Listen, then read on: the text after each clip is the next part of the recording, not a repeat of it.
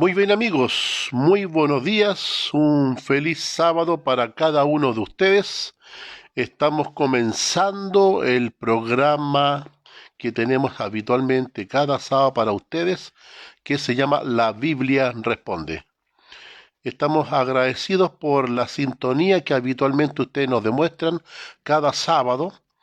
Y bueno, vamos a darle las gracias a Dios, a todos aquellos que se conectan junto a nosotros a través de la radio Umbral RBDA Chile y su señal la 107.9.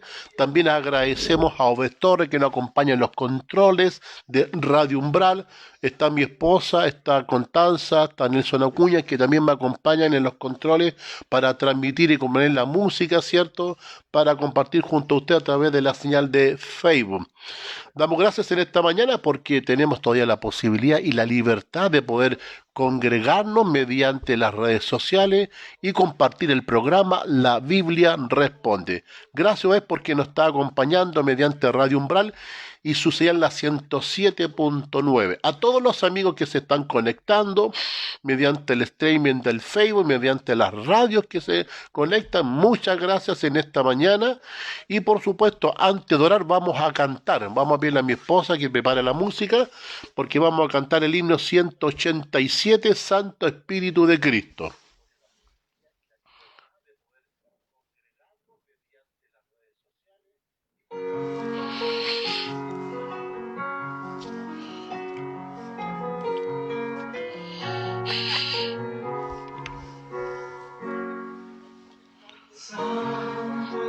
Espíritu de Cristo mora en este corazón, lléname de tu presencia, cólmame de bendición, cólmame, cólmame.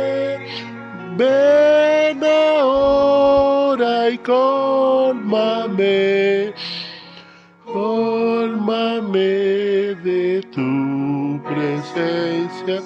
Ven, oh ven y cólmame.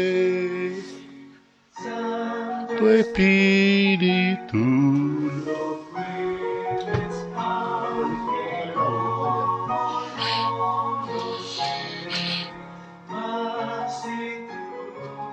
Ruegos oye, sé que puro yo seré.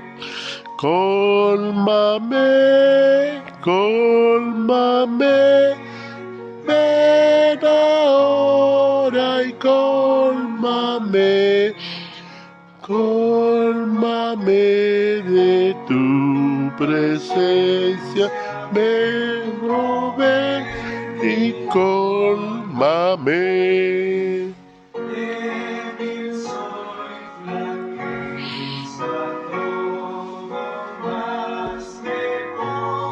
Troja sus pies.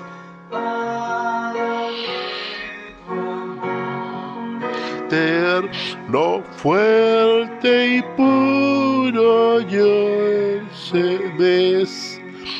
Cólmame, cólmame, ven ahora y cólmame, cólmame de tu presencia, ven, oh ven y cólmame.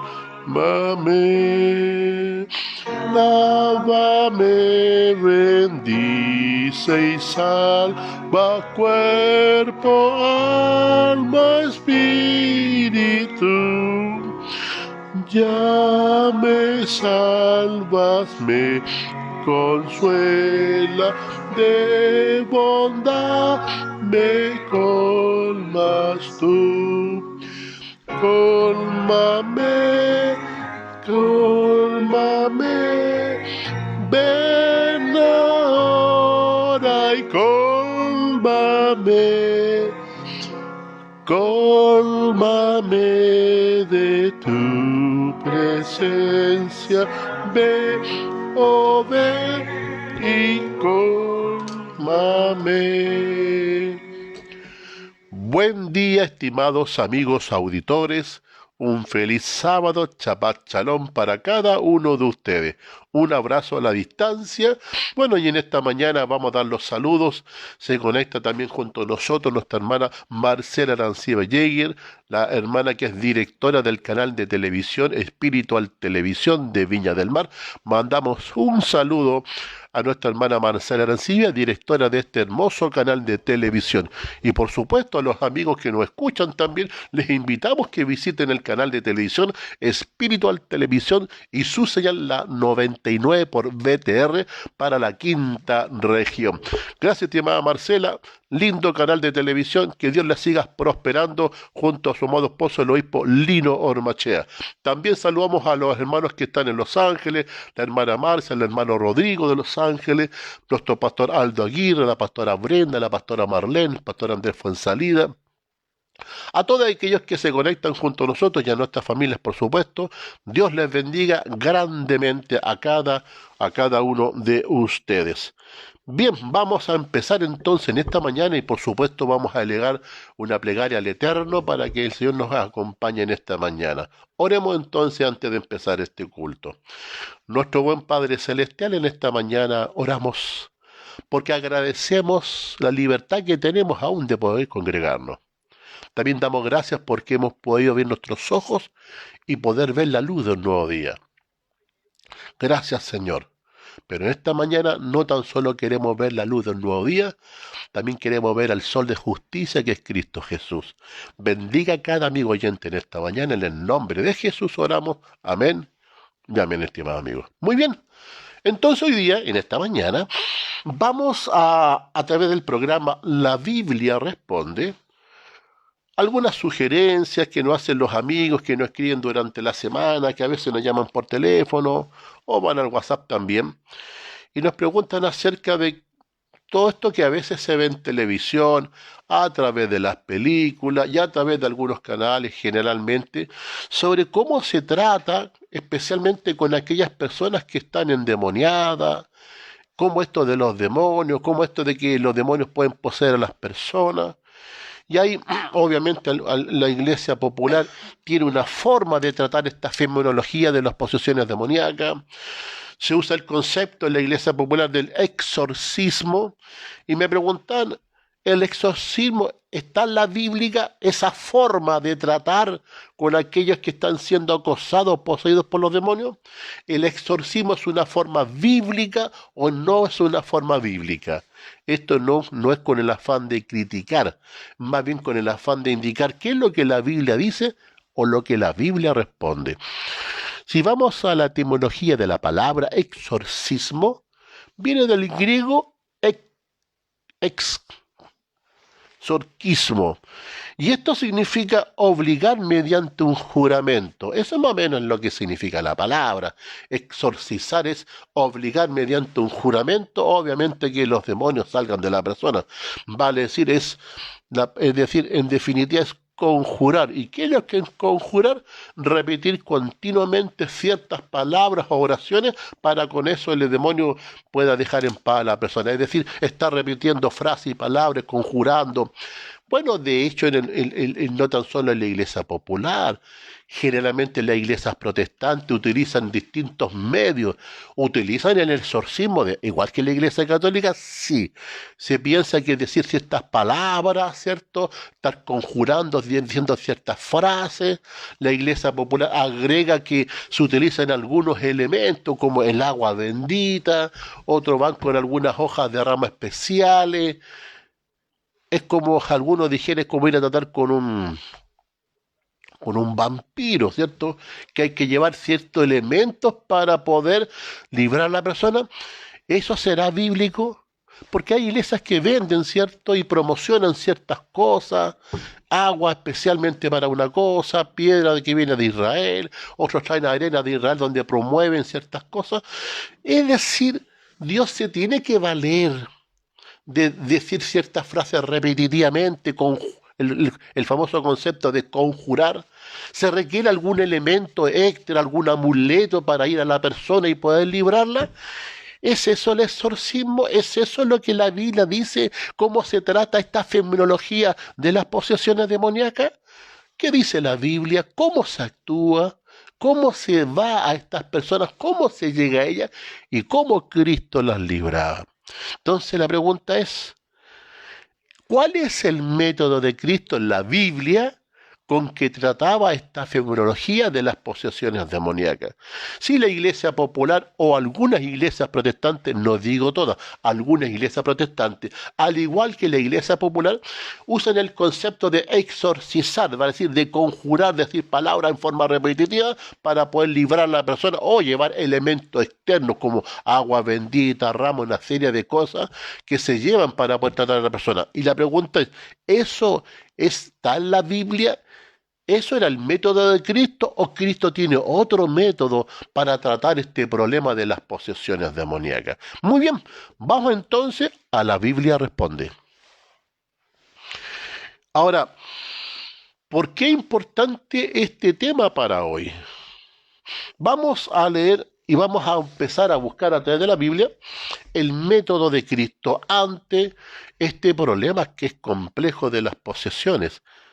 Y no tan solo posesión, sino que acoso demoníaco. Vamos a segunda de Corintios, a segunda rápidamente, porque este es un tema un poquito largo y quiero tratar de mantenerme en el esquema de la hora. Segunda de Corintios, capítulo 2 y versículo 11. ¿Por qué es importante este tema? Conocer por lo menos este tema. ¿Qué dice ahí? Segunda Corintios 2 y versículo 11, rápidamente, página 1068, porque para que Satanás no gane ventaja alguna sobre nosotros, pues no ignoramos sus maquinaciones. ¿Qué dice el apóstol Pablo a los Corintios? Que nosotros debemos conocer la metodología que Cristo usaba y también conocer, ¿cierto?, el método que Satanás tiene para poder dominar la mente de las personas. ¿Y para qué hay que conocer esto? Para que Satanás, dice, no gane ventaja sobre nosotros. Segunda Corintios 10 ahora, avancemos rápidamente a 2 Corintios 10. Y versículo 4. Y aquí el apóstol Pablo da algunas ideas, ¿cierto? Dice 10:4, 2 Corintios, porque las armas de nuestra milicia no son carnales. Es decir, no es con cosas estrambóticas, no es con amuletos, con cosas externas. Dice, porque nuestras armas de nuestra milicia no son carnales, sino poderosas en Dios para la destrucción de fortaleza. Vale decir, esto se basa en el principio bíblico y no en lo externo. Ahora, ¿por qué es importante tratar este tema? Todo lo que hemos nosotros estudiado, Apocalipsis, Daniel, las profecías para el tiempo del fin, hay ciertas cosas que en algún momento el espíritu que de alguna forma ha venido refrenando el poder de Satanás, el espíritu que ha podido refrenar un poco esto, de alguna forma para nuestros días se va a ir retirando en forma gradual. Le voy a pedir a mi esposa que lea algunas citas que tengo ahí, a decirle que se pare raudamente. Va a ponerse, vamos, dame un poquito la hojita. Mi esposa va a leer algunos textos. Vamos a leer algo que está en el libro Eventos de los Últimos Días. Vamos a leer algo que está en el libro Joya de los Testimonios, capítulo 1, capítulo 3, para que vamos el contexto. ¿Por qué es importante conocer este método? Porque es importante no ignorar, ¿cierto?, que hay fuerzas malignas a través de demonios, ¿cierto?, que de alguna forma acosan a las personas. Damos también saludo a María Fernanda que se conecta, un abrazo para ella y para su linda familia. Así que vamos a pedirle a mi esposa, no sé, que lea algunas citas y vamos a entender un poquito el contexto del tema de hoy día.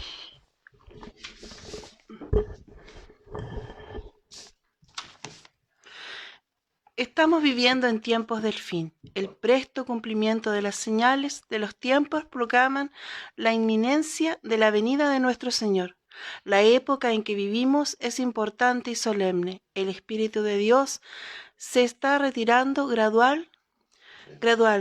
El Espíritu de Dios se está retirando gradualmente del mundo. Satanás también está preparando sus fuerzas del mal, saliendo a los reyes de la tierra en todo el mundo para reunirlos bajo su bandera y prepararlos para la batalla de aquel gran día del Dios Todopoderoso.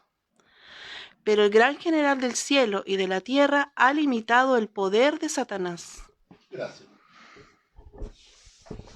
Muy bien, muchas gracias, ¿cierto? Es decir, nosotros debemos entender que de alguna forma para nuestros días el poder que Dios ha puesto para limitar la obra de Satanás, pero cuando yo hablo de limitar la obra, especialmente cómo influenciar en la mente de las personas, cómo va influenciando en la mente de aquellas personas.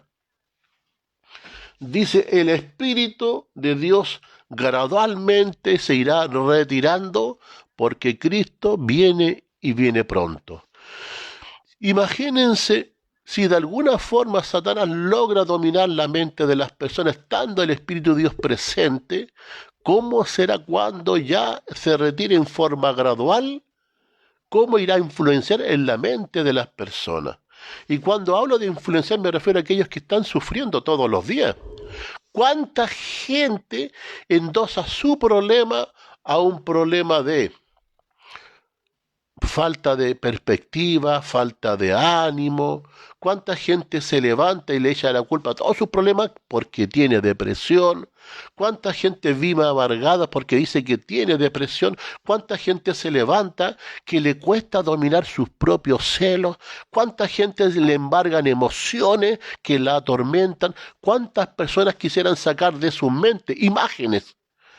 Situaciones que han vivido, ¿cierto?, extremas, y esas imágenes todos los días vienen a su mente y luchan con esas imágenes, se sienten atormentadas, porque hay ciertas cosas que pasan por su cabeza que no quisieran.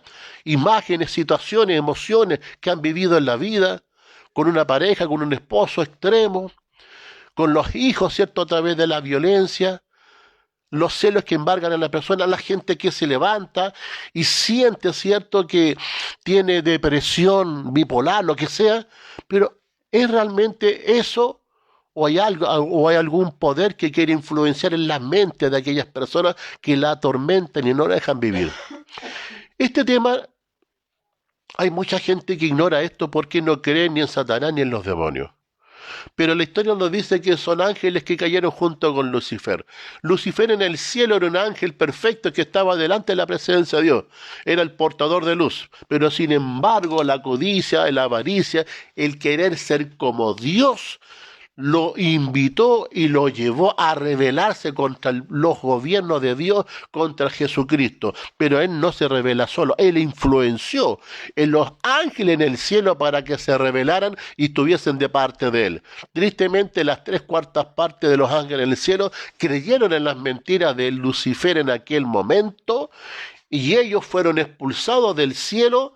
Y tristemente vinieron a este planeta, y en este planeta nuestros primeros padres, Adán y Eva, por causa de la desobediencia, permitieron que Satanás, junto con los miles de millones de ángeles malos que se pusieron junto a él, vinieron a este mundo y en este mundo están junto a nosotros.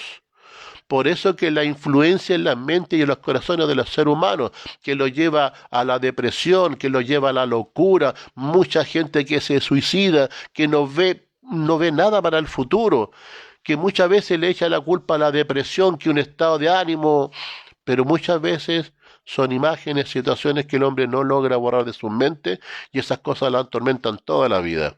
Pero hay poderes que están junto a nosotros, que son poderes invisibles, pero que existen y que están.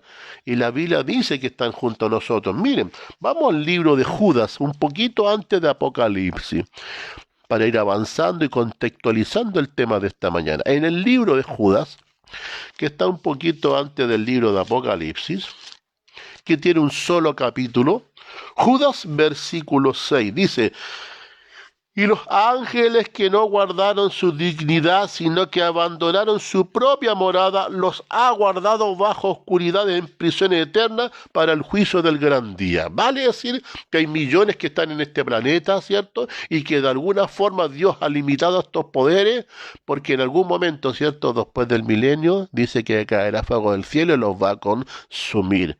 Pero habla de que hay miles que están en estas prisiones, que se llaman entre comillas, ¿cierto?, que están puestos ahí limitando gracias al poder del Espíritu Santo. Pero ¿qué es lo que hacen estos demonios? ¿Cómo actúan en las personas? ¿Qué es lo que hacen? Miren, vamos un poquito al libro de Lucas, al Lucas capítulo 11, rápidamente Lucas capítulo 11. Vamos a ver algunos ejemplos de qué cosas hacen para entender cómo tratar este problema de los acosos y de las posesiones demoníacas.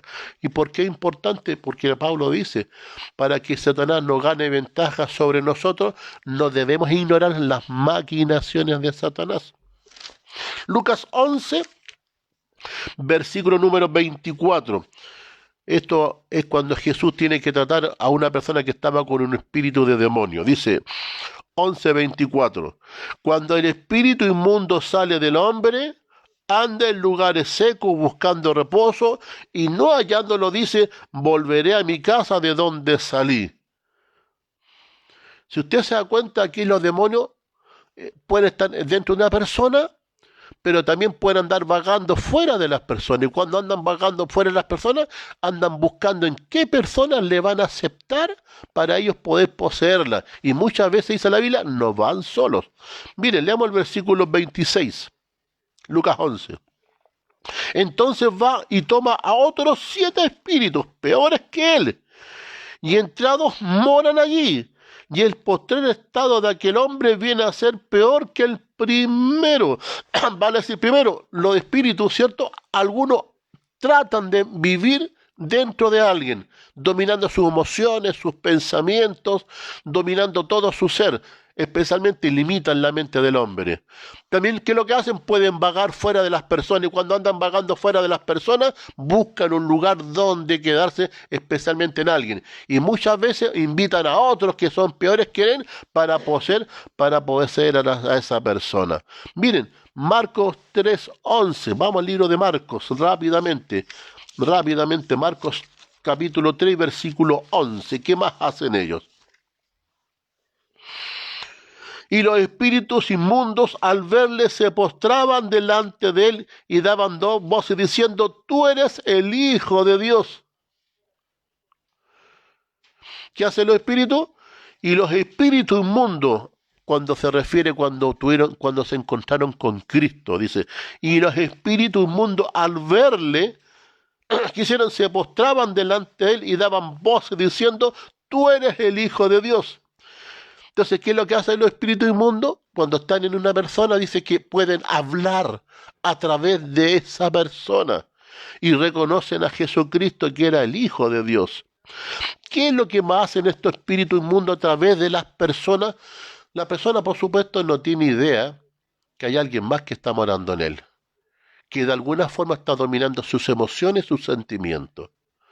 ¿Cuántas personas caen al extremo de un carácter violento? ¿Cuántas personas caen al extremo de un celo irracional? ¿Cuántas personas pelean y luchan por matarse unos a otros? Y muchas veces se preguntan que no saben qué le pasó, que no sé por qué reaccioné. ¿Por qué no saben por qué no reaccionan? Porque hay alguien que está limitando su mente y sus emociones, que los impulsan. Hay alguien que está dentro de ellos que le está agregando a su mente emociones, imágenes, cosas que le atormenten diariamente. Y ellos se preguntan, no sé qué me pasa. Pero ¿qué es lo que hacen también los espíritus inmundos? No tan solo a través de las personas, no tan solo hablan, ¿cierto? Sino tan solo moran en las personas, no tan solo dominan sus emociones, no tan solo dominan sus caracteres. Miren, Apocalipsis 16 y versículo 14. Dice lo que hacen para el tiempo al fin estos espíritus también inmundos, dice. Capítulo 16, versículo 14 de Apocalipsis dice, pues son espíritus de demonios que hacen señal y van a los reyes de la tierra en todo el mundo para reunir en la batalla de aquel Dios todopoderoso. ¿Qué es lo que hacen estos espíritus? Hacen señales, prodigios. De repente uno ve en televisión personas que solamente le interesa hacer señales, saneamientos, sanidades, todo lo espectacular. Pero vamos a ver en el método de Cristo que no eso es el método de Cristo. ¿Por qué? Porque los demonios también hacen señales, también hacen prodigios. Y la pregunta es, ¿cómo yo sé que alguien que está haciendo un milagro lo hace de parte de Dios? Si los demonios también hacen señales y prodigios, pero son mentirosos. Miren, ¿qué más hacen los demonios? Mateo 7. Vamos a Mateo 7.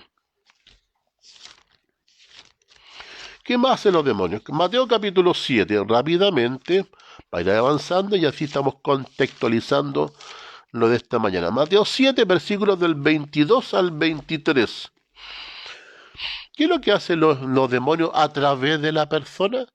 La persona, por supuesto, no tiene conciencia que hay otro poder que le está superando, que lo tira a la locura, a lo irracional del carácter, un genio violento. No se da cuenta.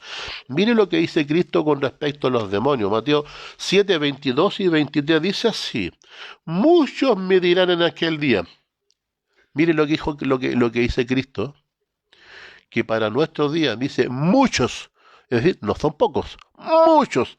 Dice, y muchos me dirán en aquel día, Señor, Señor, ¿no profetizamos en tu nombre? En tu nombre echamos fuera demonios y en tu nombre hicimos muchos milagros. ¿Cuál va a ser la respuesta de Cristo según el versículo 23? Entonces le declararé, nunca os conocí, apartados de mí, hacedores de maldad. Esto es complicado, porque ¿cómo yo sé que alguien que está haciendo un milagro y que está hablando acerca del poder de Dios, que hace milagros, cómo yo sé que esa persona no está siendo un vehículo de Satanás? Porque hace un milagro. ¿Qué dijo Cristo? Muchos me dirán, y no son poquitos, Señor, en tu nombre hice todos estos milagros. Señor, en tu nombre hice, eché fuera demonios. Y mire lo que dice, y en tu nombre profetizamos. ¿Qué dice Cristo? Nunca os conocí, apartados de mí, hacedores de maldad. ¿Cómo yo sé que alguien que dice expulsar demonios, que dice hacer milagros y profetizar, viene de Dios y no viene de Satanás? Porque dice que Satanás va a hacer milagros por medio de algunas personas. Jesús dijo así, a la ley y al testimonio. Si no dijeren conforme a esto es porque no tienen la verdad. Isaías 8:20, ¿qué cosa? A la ley y al testimonio. ¿Qué dijo Jesús? Si me amáis, guardad mis mandamientos. El que dice que le ama y no guarda sus mandamientos, él tal es un mentiroso. La pregunta es, ¿la mentira viene de Dios o viene de Satanás? Dice Cristo que Satanás es el padre del mentira. Dijo Cristo, si me amáis, guardad mis mandamientos. El que dice que me ama, el que habla de Cristo, pero rechaza su ley, el tal, dice la palabra, es un mentiroso. Y la verdad no está en él. Esto es importante porque a veces nosotros a entregar nuestras vidas, nos vamos a meter en la boca del lobo. Porque hay personas que andan haciendo milagros, hay personas que andan expulsando demonios y hay personas que andan profetizando por distintos lugares, pero dijo Cristo al decir, y muchos, no poquitos, me dirán en mi nombre, hice todas estas cosas. ¿Cuál va a ser la respuesta de Cristo? Apartados de mí, mentirosos, hacedores de maldad. Vale decir que no puede ir a cualquiera. No porque alguien dice, mira, esta persona caminó, se levantó, lo sané de esto y esto otro. Eso no es ninguna garantía que realmente provenga de Dios. Dice así Cristo clarito, tengan cuidado, hay muchos que también hacen milagros, porque dice la Biblia que Satanás hace milagros, milagros mentirosos, pero son espíritus de demonios. Sigamos avanzando. Miren qué más hacen. A través de la persona, profetizar, hacer milagros y echar fuera demonios. ¿Qué más hacen? Lucas capítulo 4, vamos al libro de Lucas, después vamos a ver este tema también en Lucas. Lucas capítulo 4, rápidamente. Lucas 4. Versículos del 33 al 35. Esta es la historia de un hombre que tiene un espíritu inmundo. Pero este es un hombre que asiste a la iglesia. Un hombre con espíritu de demonio, nadie se daba cuenta. Y era una persona que iba a la iglesia. pero era un endemoniado. Nosotros tenemos el concepto de la televisión, de Hollywood, ¿cierto? De que los demonios, ¿cierto? Poco menos que andan dando vueltas a la cabeza en 360 grados, ¿cierto? Como en la película El Exorcista, que andan caminando poco menos de pata arriba al techo. No siempre actúan de esa forma. Son mucho más sutiles. Aquí vemos la historia de una persona que está endemoniada, pero que participaba en la iglesia y nadie se daba cuenta. Miren, en Lucas capítulo 4, veamos del versículo del 33 al 35, dice así: entonces en la sinagoga un hombre que tenía un espíritu de demonio, estamos hablando de que en la sinagoga, es decir, una persona que iba a la iglesia, que quizás participaba en la escuela dominical, ¿cierto? Quizás opinaba en la escuela dominical, que iba todos los domingos, otro quizás iba el día sábado, como corresponde en realidad, o que iría el día sábado a la iglesia, porque dice que en el día sábado Cristo se congregaba, dice que conforme a su costumbre, dice la Biblia, Jesús fue el día sábado a la sinagoga, nunca dice que fue al domingo, era obvio, Cristo obedeció los mandamientos, si no, no podía expulsar al demonio. Pero este hombre dice que fue a la sinagoga, dice, y estaba en la sinagoga un hombre que tenía un espíritu de demonio inmundo, el cual clamó a gran voz diciendo: déjanos, ¿qué tienes con nosotros, Jesús de Nazareno? ¿Has venido para destruirnos? Yo te conozco, ¿quién eres? El Santo de Dios. Y Jesús le reprendió diciendo: cállate, sal de él. Entonces el demonio, derribándole en medio de ellos, salió de él y no le hizo daño alguno. El problema era que estaban en la sinagoga. ¿Alguien se dio cuenta que era una persona endemoniada? ¿O anda echando espuma por la hoja, dando vuelta a la cabeza en 360 grados? No. Una persona que era completamente a vista de alguno normal, era un miembro de la iglesia, a lo mejor tenía hasta un cargo, pero una persona que era dominada por los demonios, que cuando ven a Cristo Jesús dijeron: ¿qué tienes con nosotros? Le reconocen los demonios, ellos reconocen el poder de Cristo, que Jesús es el Hijo de Dios, es Dios mismo, y dicen: ¿qué tienes con nosotros? Pero fíjense el argumento de Cristo que dice Jesús: cállate. Les pregunto yo, esto en las películas pasa nomás, que anda la persona conversando con los demonios, que se pone a dialogar. Jesús no dialoga con los demonios. ¿Qué le dicen los demonios? Cállate. ¿Y por qué Jesús no dialoga con ellos? No, esto no tiene nada que ver con las películas. ¿Por qué no lo hace? Porque dice la Biblia que Satanás es el padre de la mentira. Les pregunto yo, si Satanás y los demonios son los padres de la mentira, ¿qué razón tendría de entrar uno a dialogar con un demonio si son el padre de la mentira? ¿Qué van a responder ellos? Solamente mentira. Por lo tanto, dice Cristo: cállate, enmudece, le dice. Pero esta era una persona que era un miembro de iglesia. Esto es distinto como nos presentan las películas. Son personas que quizás no se dan cuenta y son agobiadas, son tiradas al extremo de un carácter violento, dominados por las pasiones, dominados por los celos y una infinidad de situaciones. Gente que piensa, ¿cierto?, que tiene un problema bipolar, porque es alegre, porque es triste, porque se lanza a la vida, y muchas veces son estos espíritus que le embargan y dominan completamente a la persona, y esa persona no se da cuenta. Aquí el caso era distinto. Era un miembro de iglesia que tenía un espíritu inmundo, y él y todos los que estaban sur no sabían y no tenían idea. Avancemos. ¿Cuáles son las armas que los demonios y Satanás utilizan para poder atormentar a las personas? Miren, hay algunas cosas que ellos utilizan en contra nuestra. Veamos cuáles son las cosas que ellos utilizan en contra nuestra. Vamos al libro de Ezequiel. Libro de Ezequiel, el capítulo 28.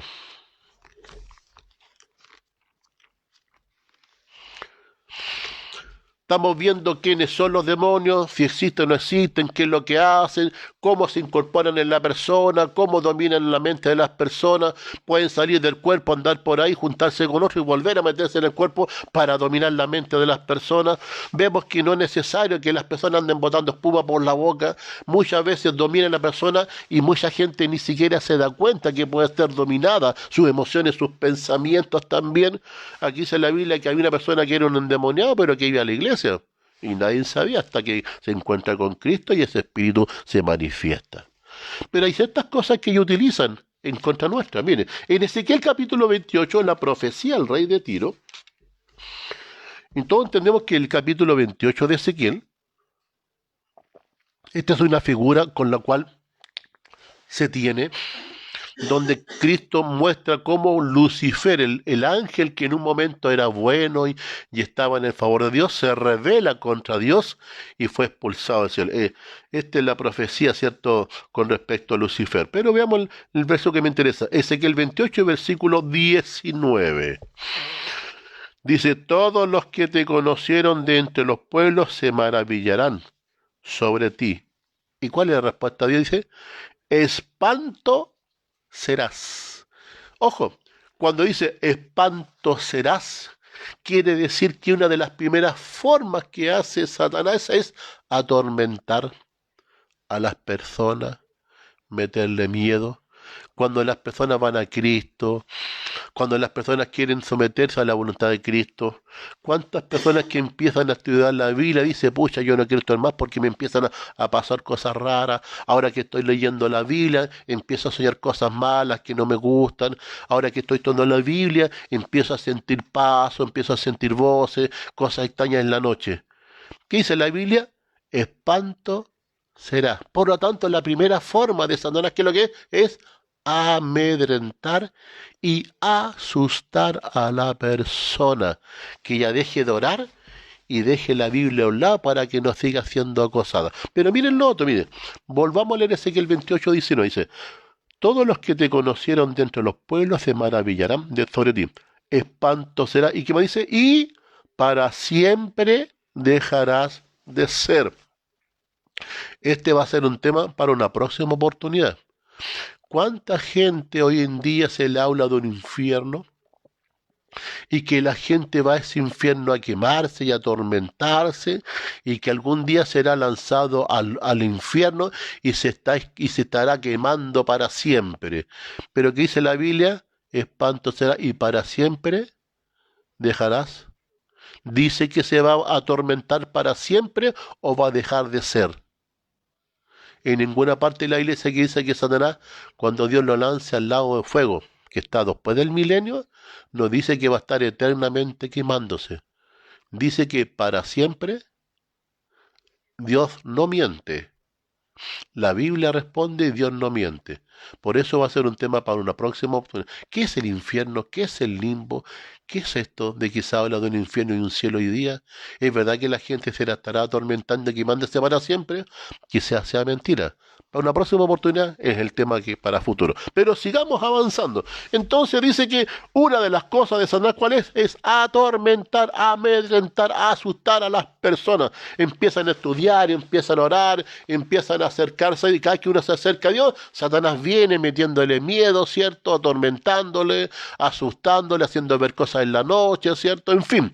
Pero ¿cómo nosotros resistimos este amedrentamiento? Vamos al libro de Primera de Juan, cerca de Apocalipsis. Primera de Juan.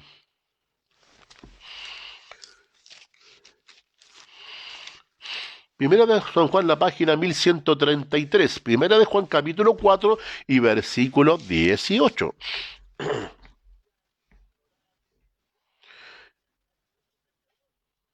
¿Qué dice ahí?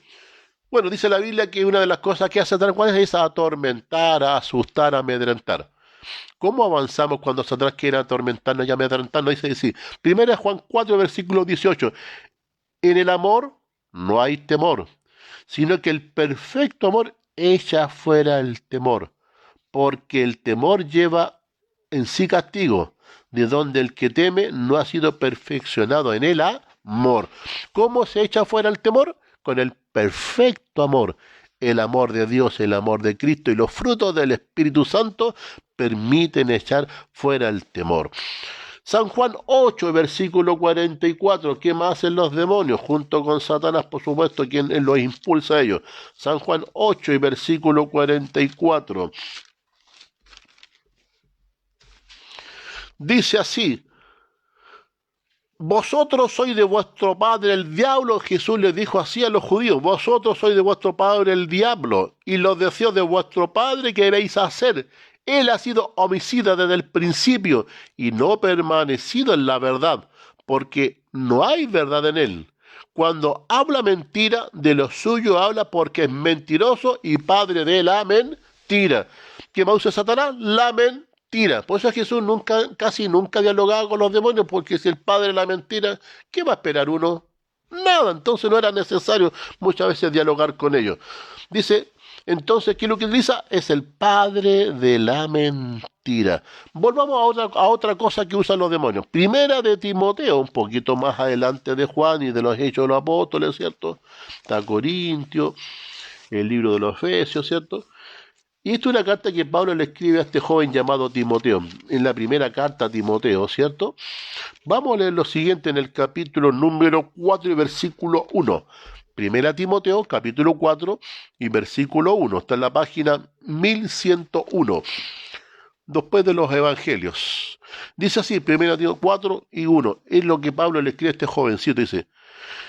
Pero el Espíritu dice claramente que en los postreros tiempos algunos apostatarán de la fe. Vale decir que otra cosa que hace Satanás junto con los demonios es que la gente apostate, se olvide, se enfríe, se vuelve incrédulo de los principios que Dios ha establecido, del sábado, de sus mandamientos, del mismo sacrificio de Cristo como nuestro Señor y Redentor. ¿Y qué hace Satanás? Que la gente se vuelva incrédula, que lo interese, que se ríe, que quiera pasarlo bien, comer y beber y pasarlo bien, y no quiera nada con las cosas del cielo. Dice, pero el Espíritu dice claramente que en los postreros tiempos algunos van a apostatar de la fe. ¿Y cómo apostatan de la fe? Y miren, fíjese, escuchando a espíritus engañadores y a doctrinas de demonios. Vale decir que hay muchas cosas, que hay mucha gente que la verdad promueve muchas ideas bíblicas, pero en el fondo no son bíblicas, son doctrinas de demonios. Hay mucha gente que se levanta con la Biblia en la mano, promoviendo ideas, dogmas, supuestamente dice la Biblia, pero que la Biblia no dice por ningún lado. Y esa gente promueve todas estas ideas utilizando la Biblia. Muchos se levantan haciendo señales con la Biblia en la mano, haciendo prodigios, echando fuera demonios, sanando, algunos profetizando. Pero ¿qué dijo Jesús? En aquel día muchos me dirán, Señor, en tu nombre hice esto, en tu nombre hice fuera demonio, en tu nombre hice milagros. ¿Y qué dirá Cristo? Apartaos de mí. Satanás utiliza a las personas. ¿No se recuerdan de este hombre que fue a la sinagoga que estaba endemoniado? ¿Alguien sabía que estaba endemoniado? Nadie sabía, era un miembro de la iglesia. Hay muchos miembros de iglesia que se van con la Biblia en la mano haciendo una pila de cosas, pero que en ninguna parte que sea una garantía que Dios esté detrás de ellos. Puede estar hasta Satanás detrás de ellos, tristemente. ¿Cómo podemos saber quién está detrás de alguien? Dijo así el Señor, si me amáis, guardad mis mandamientos. El que dice que me ama y no guarda mis mandamientos, el tal es un mentiroso. ¿Quién es el padre de la mentira? ¿Cristo o Satanás? Satanás. Isaías 8:20, a la ley y al testimonio, dijo el profeta. Si no dijeren conforme a esto es porque no tienen la verdad. Por lo tanto, Satanás utiliza junto con los demonios amedrentar, asustar, es mentiroso, trata que la gente se le acabe la fe, se vuelve idólatra, pero ¿qué es lo que utiliza para eso? Utiliza a veces a las mismas personas de la iglesia, que siembran doctrinas de demonios mentirosos, teorías falsas, diciendo que la Biblia dice cuando la Biblia no dice, ni siquiera respalda muchas cosas que dicen ellos. Anulan la fe de las personas. Romanos capítulo 10. Vamos al libro de Romanos rápidamente para entrar ya al método de Cristo. Romanos capítulo 10 y versículo 17. Así que la fe es por el oír y el oír de la palabra de... ¿Qué hizo el apóstol Pablo? La fe es como la fe que yo quiero tener fe, yo quiero creer. ¿Cuántas personas que fueron a los pies de Cristo porque estaban enfermos? ¿Cuántos hombres dijeron, Señor, tengo un hijo que está endemoniado? Esa mujer sirofenisa griega que dijo, mi hija está endemoniada, Señor, sálvala. Jesús le dijo, ¿tienes fe? ¿Crees? Entonces, para estas cosas hay que creer en la palabra de Dios, porque Dios no es hombre para que mienta. Y la pregunta es, ¿cómo puedo tener fe? ¿Cómo mi fe puede crecer? Aquí dice el apóstol Pablo en Romanos 10:17, que dice ahí. Así que la fe es por el oír y el oír de la palabra de Dios. ¿Cómo nosotros vamos creciendo y dándonos fuerza, especialmente en la fe que tenemos? Cuando estudiamos la Biblia, paso a paso, cuando entendemos el método de Cristo, porque la fe es por el oír y el oír de la palabra de Dios. Por lo tanto, nosotros debemos apegarnos cuando nos sintamos agobiados, acosados, cuando tengamos de repente, ¿cierto?, que nuestras pasiones nos dominan, cuando un genio violento nos domina, cuando las pasiones, los celos, las emociones, cuando hay ideas en la mente, cuando hay imágenes, situaciones que usted quiera borrar de su mente, pero no puede, porque Satanás una y otra vez va a su mente y a su corazón agobiándola y lucha contra imágenes, situaciones, ¿cierto? Y usted no puede avanzar, y usted piensa que tiene depresión, y muchas veces es un espíritu inmundo que la lleva a esta bipolaridad, a esta actitud, a un genio violento. Muchos lo llevan, Satanás también la lleva a desconfiar, a no tener fe. Y la fe dice la Biblia que es por el oír y el oír de la palabra de Dios. Pero ustedes tienen las promesas bíblicas, las promesas que reclaman. Dios puso en su palabra promesas para que en su vida se cumplan. Tiene el capítulo completo de Efesios 6, después usted lo puede leer. Efesios 6, la armadura de Dios. Hay una forma, una cantidad de formas que usted tiene y puede enfrentar. Pero miren, hay otra promesa para ustedes. Vamos al libro de Jeremías, capítulo 1. Jeremías, capítulo 1.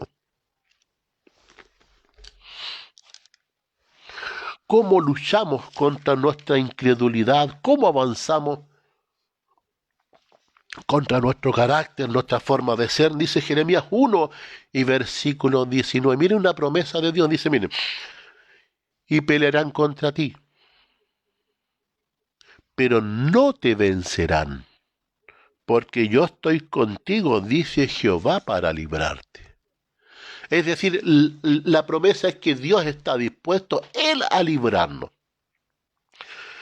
Las peleas pueden ser distintas con nuestro carácter, nuestra forma de ser, quizá alguien que la quiera acosar, y quizá un espíritu inmundo que quiera dominar tu mente y tus emociones. Y dice, pelearán contra ti, pero no te vencerán porque yo estoy contigo para liberarte. Nunca te olvides, queridos amigos, cuando tú ves la historia del Éxodo, cuando Dios sacó a Israel de Egipto, y cuando los carros de Faraón acosaban a aquellos que estaban partiendo para ser librados, ¿quién enfrentó a los carros de Faraón? Fue el mismo Señor personalmente que se enfrentó a los carros de Faraón para librar a su pueblo, y su pueblo llegó a ser libre. Bien, y la pregunta es, entonces, ¿cuál es el método de Cristo? Fíjense que el Señor Jesús, estamos bien en la hora, el Señor Jesús trató de distintas formas esta posesión demoníaca. Miren, una mujer sirofenisa se acercó a Jesús y le dijo que tenía una hija que estaba en su casa endemoniada. Por lo tanto, esa mujer, cuando supo que Jesús andaba en cierto lugar, ella viajó, ¿cierto?, a tener un encuentro con Cristo. Y ella le dice, mira, mi hija que en tal lugar tiene un espíritu inmundo que la atormenta. ¿Cuántas veces Satanás nos atormenta a nosotros? Con el pasado, con el futuro que no está muy claro, con nuestro carácter, una serie de cosas.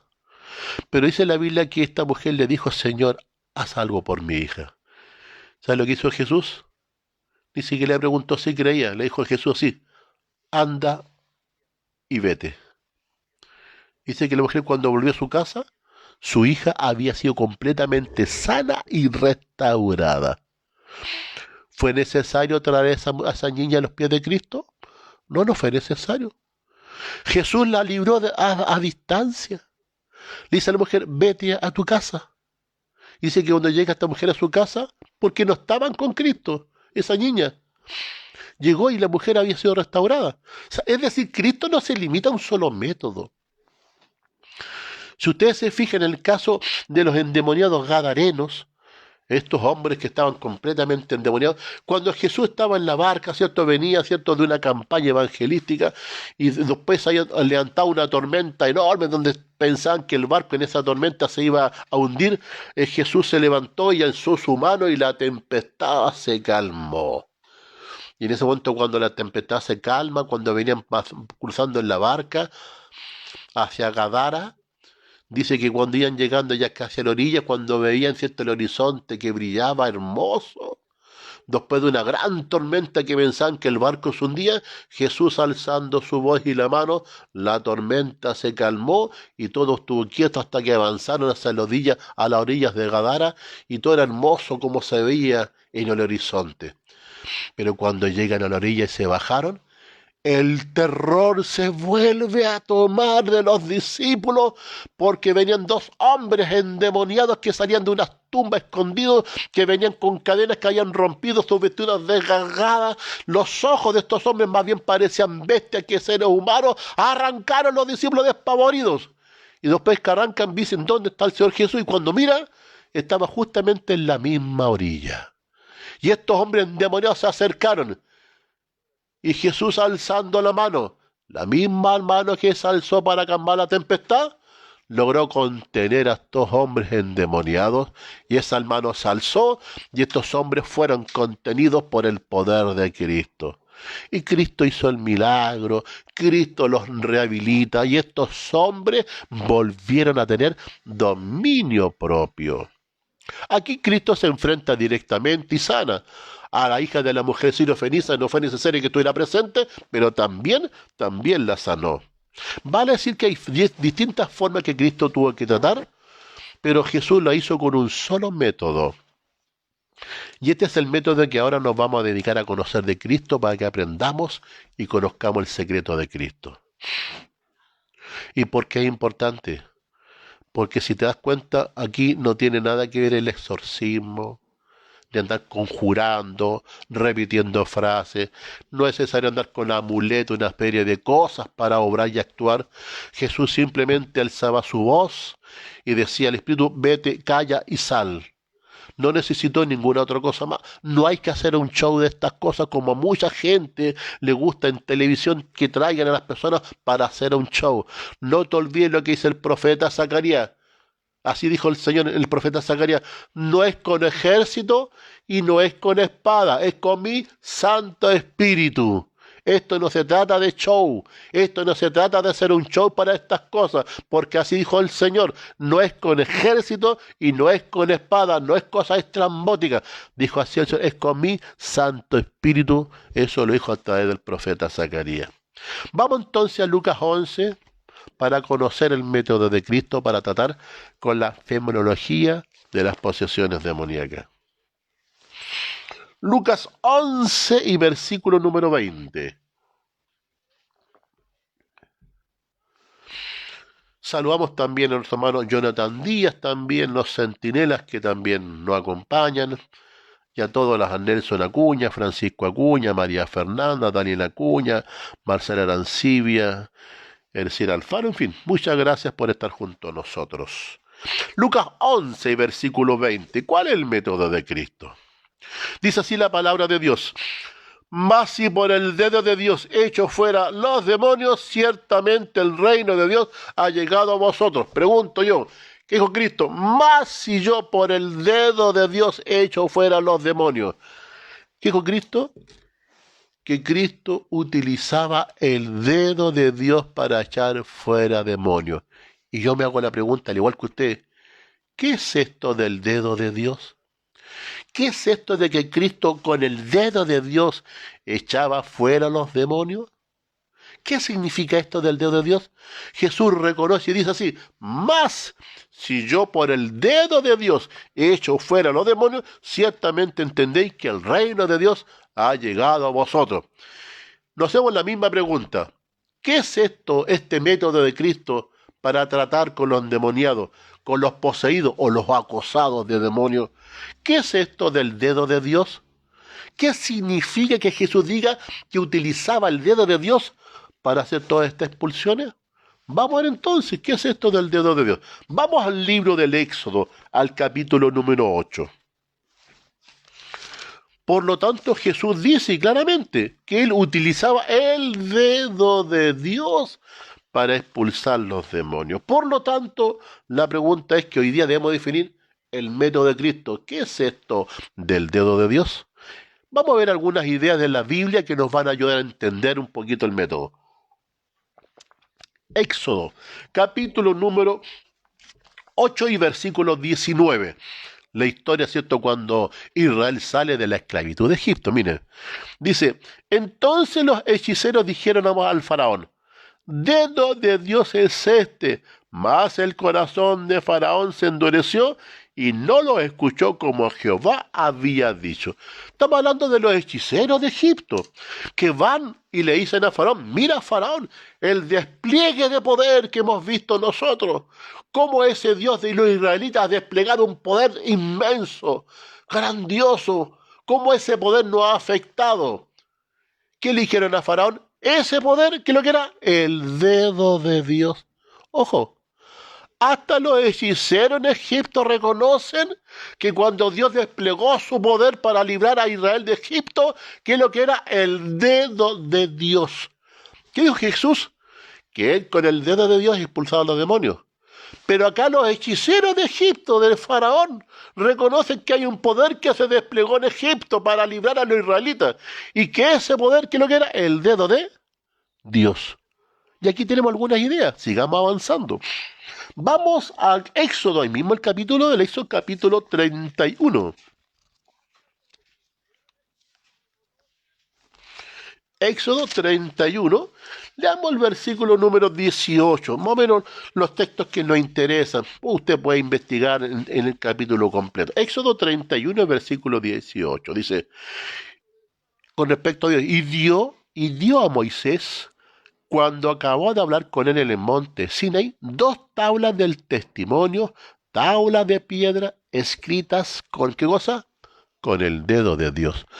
Aquí ya no son los hechiceros que reconocen el poder del dedo de Dios.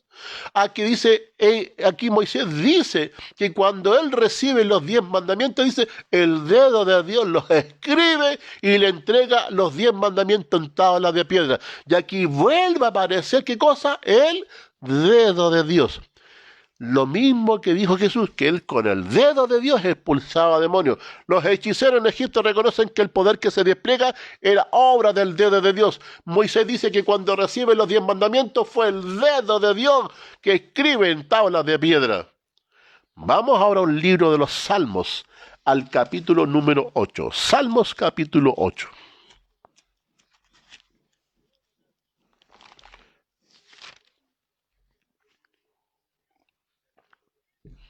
Salmos capítulo 8. Leamos el versículo número 3 del Salmo capítulo 8, versículo 3. Dice así, cuando veo tus cielos, ¿qué dice ahí? Obra de tus dedos, la luna y las estrellas que tú formaste. Del salmista cuando mira y contempla la creación, la luna, las estrellas, ¿qué reconoce? Dice ahí, obra de tus dedos. Por lo tanto, los intriga, ¿cierto? Si en Egipto se reconoce que el poder que sacó a los israelitas de Egipto con ese poder maravilloso era el dedo de Dios, Moisés reconoce que las tablas de piedra que se le entregan a él fue escrita, ¿qué cosa? Con el dedo de Dios. El salmista reconoce que todo lo que él ve en la creación del universo, que es lo que es obra del dedo de Dios. Y Jesús dice, ¿qué cosa? Que él con el dedo de Dios expulsaba demonios. La pregunta es entonces, ¿qué es lo que es esto del dedo de Dios que aparece en toda la Biblia? Como algo insuperable y magnífico. Muy bien, vamos entonces al libro de Mateos y vamos a conocer qué es esto del dedo de Dios. Mateo, capítulo 12, versículo 28.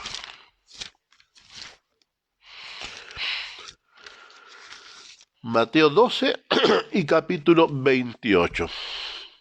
Y recordemos la frase que está en Lucas 11 y versículo 20. ¿Qué dice ahí? Mas si yo por el dedo de Dios echo fuera los demonios, ciertamente ha llegado a vosotros el reino de Dios. Eso está en Lucas 11 y versículo 20. Mas si yo por el dedo de Dios he hecho los fuera demonios, ha llegado a vosotros el reino de Dios. ¿Qué dice en Mateo 12 y versículo 28? Pero si yo por el Espíritu de Dios he hecho fuera los demonios, ciertamente ha llegado aquí a vosotros el reino de Dios. En Lucas dice que era el dedo de Dios, pero en Mateo dice que es el Espíritu Santo. O sea, aquí Cristo está hablando que es mediante el poder del Espíritu Santo que Él puede expulsar demonios. Vale decir que fue el Espíritu Santo, mediante la obra del Espíritu Santo, de ese poder obrador maravilloso, pudo sacar a Israel de Egipto. Dice la palabra de Dios que el salmista dice entonces fue el Espíritu Santo, el dedo de Dios, que extendió los cielos y toda la creación. Lucas 11 dice 20 que con el dedo expulsaba demonios, y aquí dice qué cosa con quién era, con el Espíritu de Dios echaba fuera los demonios. Este es el método de Cristo. Mediante el Espíritu Santo, Cristo expulsaba los demonios. Por eso así dijo el profeta Zacarías, no es con ejército y no es con espada, con mi Santo Espíritu ha dicho el Señor. Este es el secreto. La pregunta es, ¿cómo Jesús, porque fue puesto como ejemplo para nosotros, ya que Jesús se revistió de toda la humanidad, Jesús se hizo hombre? Eso está puesto en Filipenses, dice, haya este sentir que un Cristo Jesús, el cual siendo Dios, y no como una cosa que aferrarse, se hizo hombre al igual que nosotros. Por lo tanto, Jesús, cuando tomó toda la humanidad nuestra, ¿qué le permite a Jesús? ¿Qué le permite a Cristo? Ser lleno del Espíritu Santo para poder expulsar los demonios. Veamos qué le permitió a Cristo. En el libro de San Juan capítulo 14, versículo 30, la vamos a pedir que busquen los niños, mi esposa. San Juan 14, versículo 30. San Juan 14, 30. ¿Por qué Jesús fue calificado para expulsar demonios? Él decía que lo hacía mediante el Espíritu de Dios. Pero la pregunta es, ¿cómo el Espíritu de Dios me va a poder utilizar a mí? ¿Cómo el Espíritu Santo, que es el dedo de Dios, me va a poder utilizar para yo poder ser un canal de bendición para otro? En San Juan capítulo 14 y versículo 30 hay algunas luces con respecto a por qué Jesús calificó para esto. ¿Por qué Jesús pudo ser lleno del Espíritu Santo para poder obrar todos estos milagros? Versículo 30 de San Juan 14 dice así: no hablaré ya mucho con vosotros, porque viene el príncipe de este mundo y él nada tiene en mí. La pregunta es, ¿qué dijo Jesús? Más viene el príncipe de este mundo, así que no mucho voy a hablar ahora, porque él, el príncipe de este mundo, Satanás, dice, nada tiene en mí. La pregunta es, ¿qué hizo Jesús para que Satanás lograse no tener nada en la vida de Cristo y así poder ser lleno del Espíritu Santo? Cuando uno lee El deseado de toda la gente y otros libros, ¿cierto?, de esta pluma inspirada maravillosa de Ellen White, dice que la vida de Jesús desde que nació, desde su niñez, fue una vida de tanta abnegación, una vida de oración, de trabajo abnegado. A quien podía hacía el bien, colocaba la otra mejilla, no sembraba la cizaña, ni estaba preocupado del cizañero. Jesús tuvo una vida de tanta perfección de oración y devoción a los principios del cielo, que Cristo con su vida ejemplar nunca dio pie para que Satanás dijese, mira lo que hizo, mira lo que hace, mira lo que habla y mira lo que dice. Fue Cristo una vida de tanta devoción y tanta perfección humanamente hablando, de entregarse a los principios del cielo mediante la meditación, el estudio de la palabra, el trabajo abnegado, el trabajo no miraba a quién le hacía el bien, todas esas cosas, que Satanás nunca tuvo algo que buscar en la vida de Cristo y decir, mira lo que está haciendo. Fue tanta la vida de Cristo que dijo Jesús hasta en la cruz, Padre, perdónanos porque no saben lo que hacen. Satanás buscó todas las formas de que Cristo se cayera, se enojara, buscara algo para que él dijera, mira lo que hace. O sea, por lo tanto, si yo me voy a enfrentar a expulsar demonios, lo primero que debo hacer es consagrar mi vida, mejorar mi carácter, mi temperamento, la temperancia, la alimentación, mejorar, ¿cierto?, mi actitud ante aquel que se equivoca, a los que hieran, como dice el lenguaje, el trato con los que se equivocan, cómo actuamos con respecto a otros. No se recuerdan los discípulos, ¿no?, cuando se acercaban y veían un ciego y le preguntaban, Señor, ¿quién pecó? ¿Él o sus padres? ¿Se dan cuenta de la actitud del cristiano? Buscar el error en el otro. Y Cristo no se preocupó si quién pecó, si era el papá o era él. Jesús tuvo misericordia. Es eso, es la vida que uno tiene, estimados amigos. Cómo nos apartamos del mal, cómo nos apartamos para tener una vida negada, cosas que Satanás nada tenga en nosotros. Lo que a Cristo lo calificó es que él dijo así, viene el príncipe de este mundo y nada tiene en mí. ¿Y por qué nunca tuvo nada? Porque nunca Jesús dio pie para que Satanás hablase algo de él, porque Cristo tuvo una vida muy apartada de abnegación y de misericordia. Volvamos a Mateo capítulo 12, a lo que estamos viendo. Ya rápidamente, porque el tiempo ya ha pasado, rápidamente. Mateo capítulo 12 y el versículo 28. Ya estamos casi en la hora. ¿Sí? Bien, 12 versículo 28, pero ahora agreguemos el 29. Miren, pero si yo por el Espíritu de Dios hecho fuera los demonios, ciertamente ha llegado a vosotros el reino de Dios. Y miren la respuesta que también da Cristo. Miren. Porque, ¿cómo puede alguno entrar en la casa del hombre fuerte y querer saquear sus bienes si primero no le ata? Entonces podrá sacar sus cosas. Dice Cristo, ¿cómo tú vas a ir a tratar de enfrentarse a Satanás? ¿Cómo quieres enfrentarte al hombre fuerte y en la casa del hombre fuerte? Si antes de enfrentarse tienes que atarle. La pregunta es, ¿cómo yo puedo atar a Satanás? ¿Cómo Jesús ató a Satanás para que nada pudiese tener él? ¿Cómo Jesús ató a Satanás a la casa del hombre fuerte para que Satanás se sometiera a Cristo y cada vez que Cristo ganó y fueron expulsados los demonios? Yo me recuerdo que en las Olimpiadas que se hicieron en China, en Beijing, este país promocionó su cultura y era muy interesante porque una de las cosas que la gente conoció, y obviamente parte de la cultura, era la Gran Muralla China. Dice que la Gran Muralla China se hizo durante cientos de años. Y el propósito de la muralla, que es una muralla inmensa que pasa por colinas, por valles, por ríos, que es una muralla, ¿cierto?, que se hizo porque el imperio chino de alguna forma estaba siendo invadido por el imperio mongol. Y ellos, para no ser invadidos, para resguardar su frontera, crearon esta gran muralla, que es inmensa. Uno lee en la historia los datos inmensa, pero donde en cientos de años se construyó una muralla, pero en esos cientos de años que se construye, muchos murieron al construir la gran muralla china.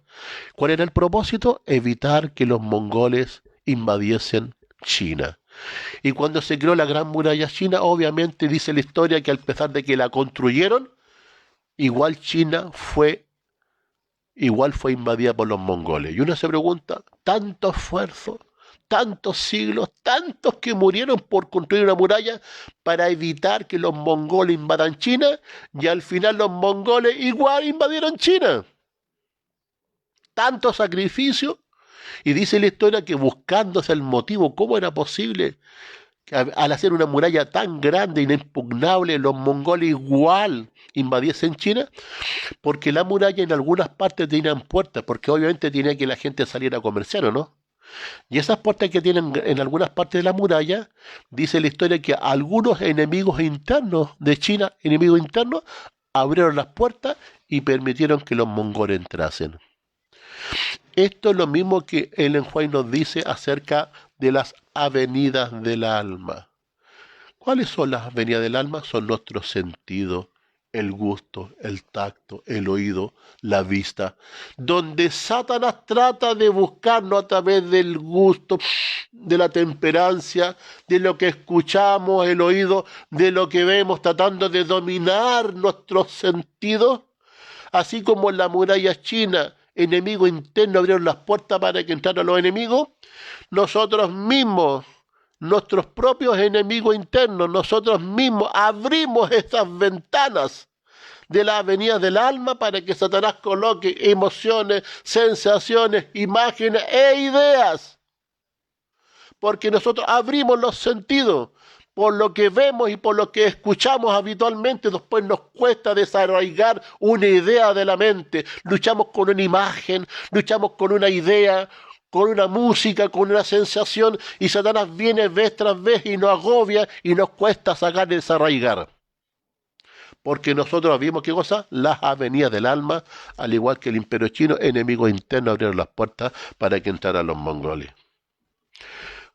¿Cuál fue el método de Cristo? Mediante el Espíritu Santo expulsar los demonios. ¿Qué es lo que calificó a Cristo para hacerlo?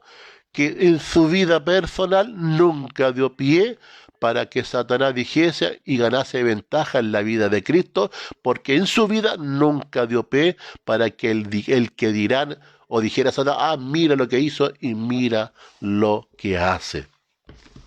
Por lo tanto, estimados amigos, lo que a nosotros nos califica no es lo extraordinario, no es los shows que se hacen en televisión trayendo a la gente para que sean sanas. ¿Usted se acuerda lo que hizo Pedro con Tabita o no? Cuando la fue a resucitar, ¿qué dijo Pedro con Tabita en Hechos? Salgan todos para afuera y déjenme solo. Y Pedro actuó y Tabita resucitó. ¿Hizo algún show para eso? Ninguno, al contrario, no era para eso. ¿Qué es lo que califican los hombres? Si me amáis, guarda mis mandamientos. El que dice que me ama y no guarda mis mandamientos, el tal que lo que es un mentiroso y la verdad no está en él. Dijo así el profeta, sea a la ley y al testimonio. Entonces, ¿cómo es posible que vengan hombres a hablar de milagros y de resurrecciones cuando han rechazado la ley de Dios y han rechazado hasta el día sábado? ¿Qué dijo Cristo para el tiempo al fin? Muchos me dirán en aquel día, en tu nombre profetizaron, en tu nombre hice milagros y en tu nombre, dijo así el Señor, expulsé demonios. Dijo Cristo, muchos me dirán, y que de Cristo nunca os conocí. El método de Cristo es un método que se somete a la obra y a la influencia del Espíritu Santo, al cambio de vida, al cambio de carácter, a la temperancia, a lo que escuchas y a lo que ves. Como dijo el apóstol Pablo, nuestra milicia no es carnal, dijo el apóstol Pablo en Corintios, es contra potestades y la de las huestes celestiales. Miren, para terminar, en Marcos capítulo 1, miren, lean el libro de Marcos, el capítulo 1. Y el versículo 39. Cuando Jesús sanó a este hombre en la sinagoga, estamos hablando de un miembro de la iglesia.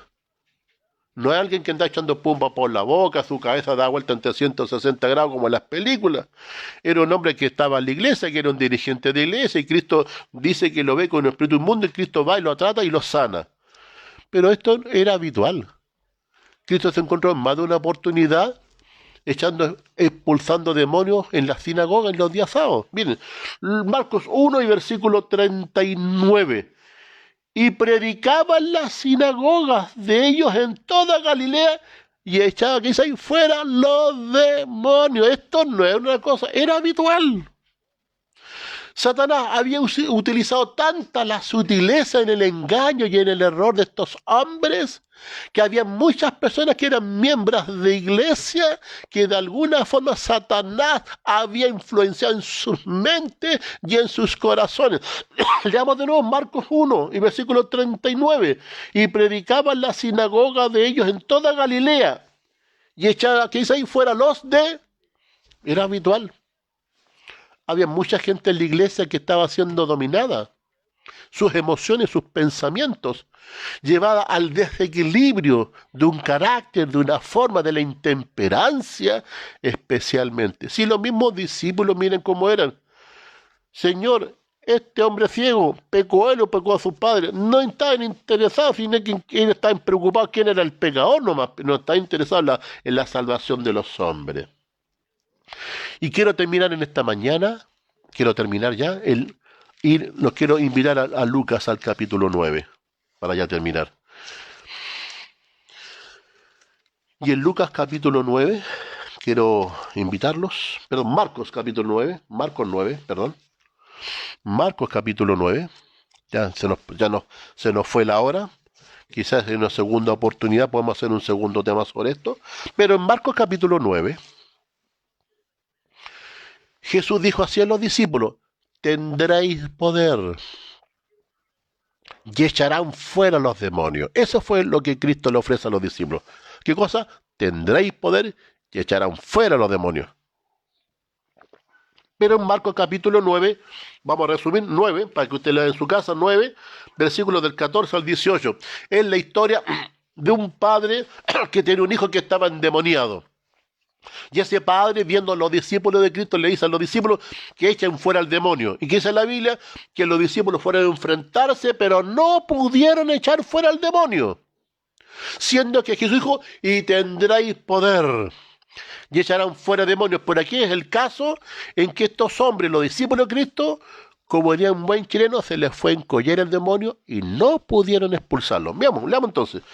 9 del 14 al 18, dice así, cuando llegó a donde estaban los discípulos, vio una gran multitud alrededor de ellos y escribas que disputaban con ellos. Y enseguida toda la gente viéndole se asombró y corriendo a él le saludaron. Y les preguntó, ¿qué disputáis con ellos? Y respondieron, uno de la multitud dijo, maestro, traje a ti mi hijo, y que tiene un espíritu mudo, el cual donde quiera la tormenta lo sacude, echa espumarajo y cruje los dientes y se va secando. Y dije a tus discípulos que lo echasen fuera y no pudieron. La pregunta es, ¿por qué los discípulos fracasaron cuando fueron a expulsar un demonio? Miren, veamos el contexto de esta historia. Jesús llegó a una aldea en un momento con los 12 discípulos. Pero de los 12, Cristo tomó a 3 aparte. A esos 3 aparte le dijo, acompáñenme, voy a un lugar que era el monte de la transfiguración. Si tengo 12 y tomo a 3 aparte, ¿cuánto me quedan? 9. Por lo tanto, en esa aldea quedaron 9 discípulos, porque otros 3 acompañaron a Jesús a ese lugar donde Cristo iba a orar, a meditar y a prepararse, ¿cierto?, para la gran obra que hacía día a día. Pero cuando uno lee el libro de Deseado a toda la gente, dice así en el Deseado a toda la gente, que los 9 discípulos que se quedaron en aquella aldea, que no fueron tomados aparte, empezaron a murmurar en contra de Cristo. Y decían estos hombres, mira, son siempre los mismos nomás. A nosotros nos deja caer la aldea, a nosotros 9, y toma los 3 de siempre son los mismos, y empezaron a murmurar, empezaron a apelar al Señor. Dudaban de Cristo, murmuraban contra Cristo, ¿cómo es posible que siempre son los mismos, siempre son estos otros, ¿por qué no nosotros? Y estos hombres que quedaron en el de estos 9 discípulos empezaron a murmurar contra el Señor, en contra de los discípulos que tomaron aparte. Agregue esto también. Jesús también le había dicho en algún momento que él tenía que ir a Jerusalén y tenía que morir. Y los discípulos no querían que Cristo muriera porque ellos pensaban que el Mesías no iba a morir. Por lo tanto, estos hombres estaban con un corazón completamente apesadumbrado, pero sin embargo llenos de rencor, llenos de odio, llenos de indiferencia. Satanás había logrado cargar el corazón de estos hombres, ¿qué cosa? Con la desesperanza, con la murmuración, con odio y con rencor. Con ese corazón cargado de envidia, de rencor y de odio, se enfrentaron a los demonios y fracasaron. Ese es el problema. ¿Por qué fracasamos? Porque Satanás carga nuestro corazón con problemas, con desdicha, con rencor, con ira, con violencia, una serie de cosas. Y así nos queremos enfrentar a los demonios y fracasaron. Jesús agrega también, dice, este género con que sale con ayuno y con oración. Pero lo importante es que goza, de igual que Cristo, viene Satanás y nada tiene en mí. Siempre que Satanás quiera cargar tu corazón, tienes que ir a Cristo. Él dijo, venid a mí todos los que están cansados y cargados, que yo os haré descansar. Por lo tanto, el método de Cristo no es la fanfarria, no es lo espectacular, no es lo extraordinario, no es andar con amuletos, no es conjurar palabras por palabras. El método de Cristo simplemente es decir, vete, ve, anda. Cristo dijo, sé sano y se sanó. Déjale y le dejó. No hizo ningún show para nada. Muchas veces Cristo dejó y dejaba que los demonios obviamente se mostraran. Y no para hacer show. Es para todos los incrédulos que estaban a su alrededor, vieran que era de verdad el endemoniado y no era endemoniado de mentira. Para eso Cristo muchas veces dejaba que el demonio se manifestara, ¿cierto? Los tirara poco menos que al fuego, se dieran vueltas en el suelo. No era porque a Cristo le gustaba el show, era simplemente para todos los fariseos incrédulos, para que vieran que era un endemoniado de verdad y para que vieran que el poder de Dios se manifestaba hasta en esos casos. Que el Señor tenga de nosotros misericordia, nunca se olvide. Y Cristo dijo así, solamente por el dedo de Dios mediante su Santo Espíritu. Y no es solamente decir palabras, es una vida apartada y una vida de devoción a los principios del cielo, en lo que a nosotros nos califica para hacer un vínculo y un vehículo para que el Espíritu Santo pueda sacar a aquellos hombres atormentados con el dedo de Dios y apartarnos nosotros del mal. Que Dios tenga misericordia. Y me quiero despedir esta mañana con una oración antes de cantar. Por lo tanto, aquí no existe el exorcismo. No es conjurar, no es decir frases para el bronce, no es andar con adornos, no es andar con amuleteros, simplemente mediante el Espíritu Santo, y solamente el Espíritu Santo morará en aquellos que le obedecen. Encima más, guardad mis mandamientos. Oremos, cantamos y nos despedimos. Mi buen Padre Celestial, en esta mañana oramos por todos aquellos que no escuchan, pero que de alguna forma Satanás ha venido a su corazón y a su mente a atormentarlo, con un pasado, con celos, con un genio violento, con tormentos de la vida, con un hogar mal constituido, con hijos que se han rebelado en contra de nosotros, que obedecen poco. Señor, tenga misericordia de nosotros y permita, primero que nada, cambiar nuestras vidas. Así como usted le dijo a Nicodemo, tienes que nacer de nuevo. Nosotros queremos nacer de nuevo para poder ser un vehículo, para poder ir a otros y que otros sean sanos. Líbrenos, Padre amado, de una conciencia culpable. Y en esta mañana decimos, Espíritu Santo, venga junto a nosotros, pero también esté dentro de nosotros. Ayúdenos a apartarnos de todo mal. Usted, Padre amado, permita que todo lo que hagamos sea conforme a su voluntad. Bendiga a cada amigo oyente, aquellos que sufren, que son dominados por las pasiones y por un genio violento, aquellos que tienen un carácter como los hijos del trueno. Permita, Padre amado, que el Espíritu Santo pose sobre ellos y que se manifiesten los dones del Espíritu Santo, pero especialmente los frutos, la paz, la paciencia, la dignidad y la mansedumbre. Permita, Señor, que no estemos como los discípulos, que el rencor y la envidia y la suficiencia propia nos embarguen, porque si no iremos al fracaso. Quédese junto a nosotros en esta mañana y bendiga a cada amigo oyente. En el nombre de Jesús oramos. Amén y amén, Señor. Muy bien, estimados amigos, muchas gracias por el tiempo que nos han dado. Vamos a buscar y vamos a despedirnos cantando el himno 183. Mientras mi esposa lo busca, no se olvide, el exorcismo no está en la Biblia.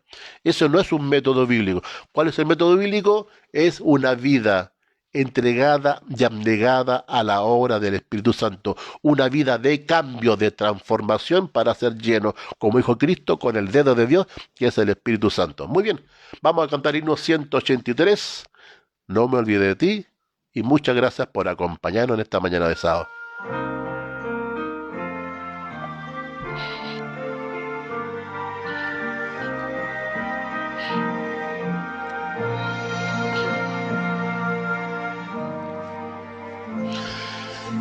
pruebas de esta vida debilitan ya tu fe.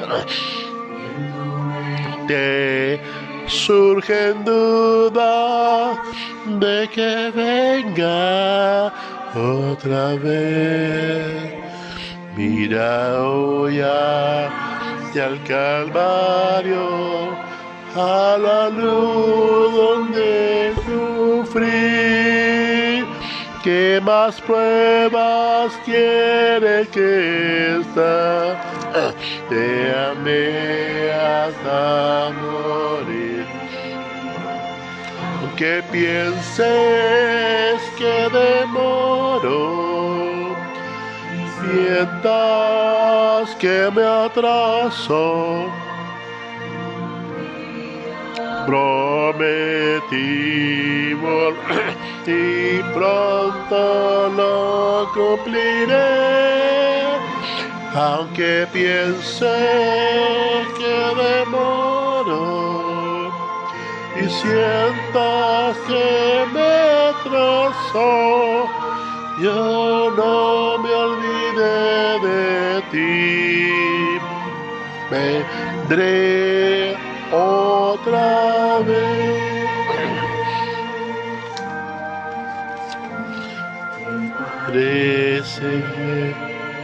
Podría olvidarme yo de teoría de este mundo, roja huella.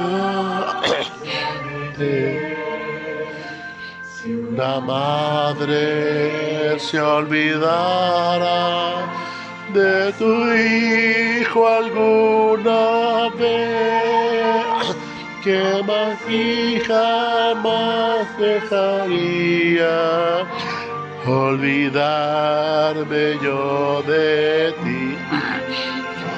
Aunque pienses que demoro y sientas que me atraso, yo un día prometí volver y pronto lo sentiré.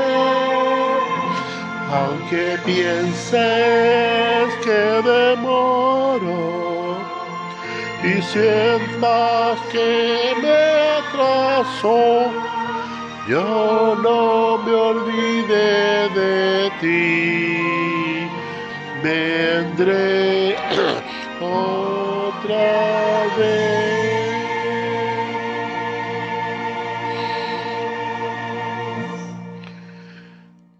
Que el Señor te bendiga, que el Señor alce su rostro sobre ti y ponga en ti paz. Maranata, Cristo viene y nos vemos en la próxima oportunidad. Muchas gracias.